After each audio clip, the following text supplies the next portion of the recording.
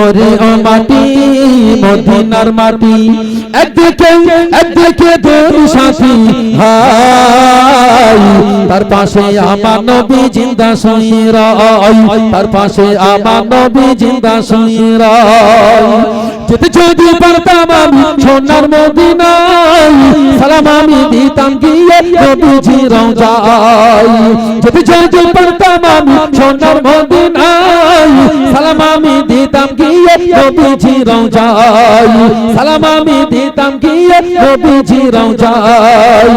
মদিনার ওই ধুলাবালি তাই যদি সামনে আমি মদিনার ওই ধুলাবালি তাই যদি সামনে আমি মাকতাম আমি পেলে পরে সুরমা বলে হাই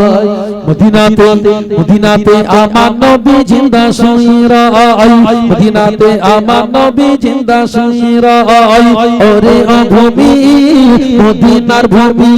ওরে ও মাটি মদিনার মাটি একদিকে দুই সাথী হাই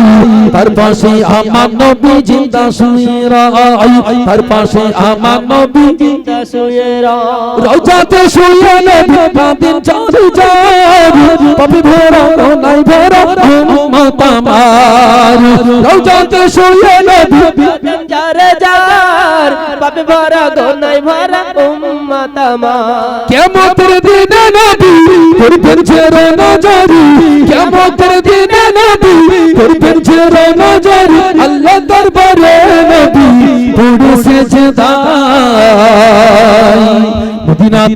মদিনাতে আমার নবী জিন্দা শুইরাই মদিনাতে আমার নবী জিন্দা শুইরাই ওরে ও ভূমি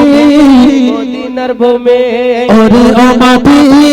মদিনার মাটি ওরে ও ভূমি মদিনার ভূমি ওরে ও মাটি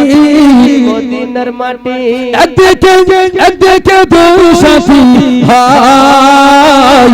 তার পাশে আমার নবী জিন্দা শুইরাই তার পাশে আমার নবী জিন্দা শুইরাই রঙি রঙি মেঘের বেলা যাই বয়ে যাই দাদা তোর মন যে আমার বড় অসহায় নবীর দেশে যাওয়ার ইচ্ছা আছে না নাই আছে মায়েরা বোনেরা একটু বলেন আছে তো হ্যাঁ মদিনায় যায় নবীর দেশে যায় ছেলেরা শুধু ছেলেরা যায় না মেয়েরাও হ্যাঁ মেয়েরাও যায় আল্লাহু আকবার এই নবীর দেশে গেলে লাভ কি আছে উমরায় গেলে 70-80 হাজার টাকা 1 লাখ টাকা খরচ হয় আর বাড়ির গোছানো টাকা ফরজ হজ করতে গেলে এখন 4-5 লাখ টাকা খরচ হয় হচ্ছে তাহলে এত টাকা পয়সা খরচ খরচা করে হজ করার কি দরকার লাভ কি জানেন আপনারা হ্যাঁ হজ করলে লাভ কি জানা আছে